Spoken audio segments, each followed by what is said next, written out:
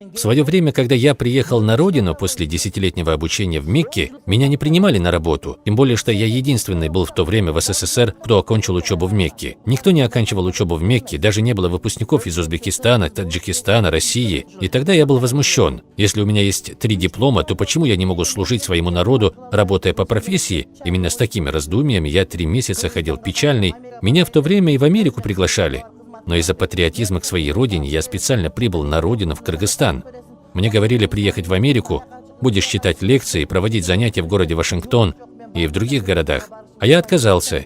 Говорил, нет, я поеду в Кыргызстан. А когда приехал, я просто был не нужен здесь. И тогда один человек оценил мои труды, мою грамотность, заслуги и поспособствовал тому, чтобы приняли меня на должность. Я был благодарен ему, обрадовался, так как моей целью было распространение религии в своей местности. Я с легкостью мог устроиться на работу своими знаниями, но у меня не было знакомых.